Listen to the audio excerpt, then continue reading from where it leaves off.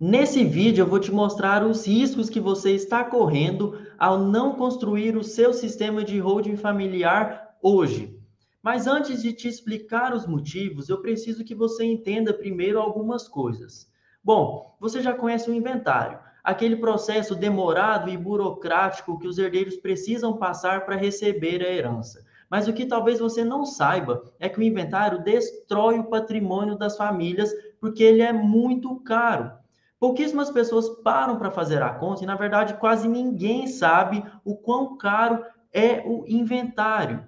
E o que torna o inventário tão caro não é nem os gastos com cartório de notas, cartório de registro de imóveis, advogado, nada disso. O que torna o inventário tão caro é o imposto que se paga, o ITCMD. O ITCMD é um imposto estadual, ou seja, cada estado no Brasil possui uma lei diferente regulamentando a cobrança desse imposto. E hoje no Brasil, ele possui uma alíquota máxima de 8%. Ou seja, os estados do Brasil podem cobrar até 8% de TCMD.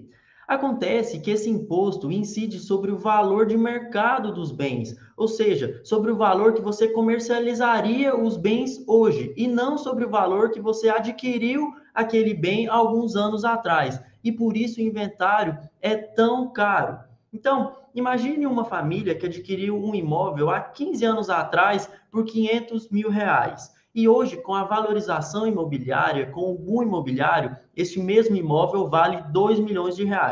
Caso houvesse um inventário nessa família, os herdeiros teriam que pagar o ITCMD em cima dos 2 milhões e não em cima dos R$ 500 mil, que era o valor quando o imóvel foi adquirido há 15 anos atrás. Então, por isso o inventário é tão caro.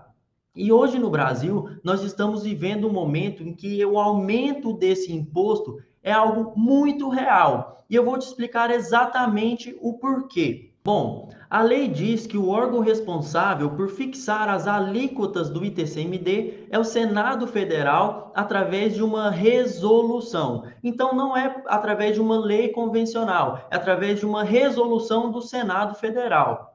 E nós já temos uma proposta da Confaz, que muda essa alíquota máxima de 8% para 20%. Então, nós já temos um projeto de resolução no Senado. Mas antes, quem o senador representa? Aqui a gente precisa entender que o senador, diferentemente de um deputado, diferentemente de um vereador que representa as bancadas, o senador representa o Estado. E para um projeto de resolução ser aprovado no Estado, no Senado, como é que precisa ser? Ele é aprovado por maioria simples. E como que funciona? São 81 senadores, então nós precisamos de 41 presentes e 21 somente a favor para ser aprovado um projeto de resolução no Senado Federal. E como eu já disse, diferentemente de uma lei convencional, em que se passa pela Câmara dos Deputados, depois passa pelo Senado, vai para o presidente, você pode ter um veto presidencial, você pode derrubar o veto. Não. Um projeto de resolução no Senado Federal é diferente. Uma vez que foi aprovado o projeto no Senado, no outro dia ele já passa a ter vigor. Então, para essa proposta entrar em pauta, ela já foi assinada pelos 27 secretários de Fazenda de todos os estados do Brasil. E nós só precisamos de 21 senadores a favor desse projeto. E nós temos aqui, os senadores possuem alguns argumentos para poder aprovar esses projetos.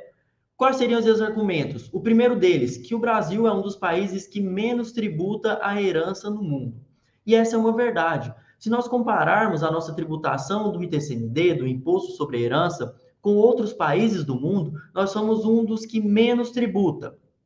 Por exemplo, na França é cobrado 60% só de imposto sobre a herança. No Japão, 55%. Na Alemanha e na Suíça, 50%. Na Inglaterra, nos Estados Unidos, 40%. No nosso vizinho aqui, o Chile, 25% só de imposto sobre a herança. A diferença é que nesses estados, a regra é um sistema de holding familiar e a exceção é o inventário, já que no Brasil é diferente. E o segundo argumento é que esse imposto, o imposto sobre herança, é um tributo que penaliza só os mais ricos. Na verdade, esse argumento é uma mentira, Porque os mais ricos, os milionários, os bilionários, não estão preocupados com o aumento desse imposto. Todos eles já possuem um sistema de holding familiar muito bem organizado e muito bem estruturado. Então, pode aumentar o imposto tanto que for que eles não vão sofrer. Quem vai sofrer verdadeiramente é a família brasileira. Não existe diferença de um impacto de inventário numa família milionária do que na família brasileira. O impacto é o mesmo. A única diferença é que é proporcional ao tamanho do patrimônio. E quando isso deve acontecer? Eu não sei dizer, esse projeto pode ser aprovado hoje, amanhã, mas nós temos aqui também alguns fatores que proporcionam, que fazem com que esse aumento seja algo muito iminente. E eu vou mostrar para vocês agora. O nosso atual governo já se posicionou a favor do aumento do ITCMD. Inclusive, o nosso ministro da Fazenda já deu algumas declarações no sentido de que é favor sim ao aumento do ITCMD. E eu vou mostrar para vocês. Imposto sobre herança no Brasil, ridiculamente baixo. Pô, sabe qual que é o mérito do filho do cara herdar R$1 bilhão de patrimônio? No mundo inteiro, no mundo mais rico que nós, o imposto sobre herança aumentou.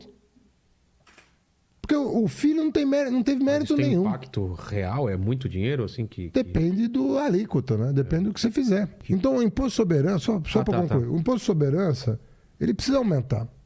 Ele precisa aumentar no mundo inteiro. O mundo inteiro vai perceber que isso aí não é bom nem para o herdeiro. Sobre altas fortunas, é outra coisa. Sobre herança. Tá. Não é bom nem para o herdeiro. Não é bom nem pro herdeiro. Porra, um cara que não sabe o que é a vida, porra. Um cara que herda R$1 bilhão não vai saber o que é a vida. Sabe nada da vida. Até pro herdeiro é bom que seja diferente, na minha opinião. Essa é a posição do nosso atual governo em relação ao aumento do ITCMD. Então, quando eu digo que, na verdade, nós não temos um risco, mas sim uma certeza que o imposto sobre herança vai aumentar, é por isso que eu digo. Então, os gastos com o inventário, que já são muito grandes, vão ficar ainda maiores. Então, a escolha é sua. Se você não quer que o seu patrimônio seja dilapidado um dia, não quer que o seu patrimônio vá para as mãos de terceiros com o processo de inventário, construa já o seu sistema de holding familiar antes que se torne uma coisa ainda pior.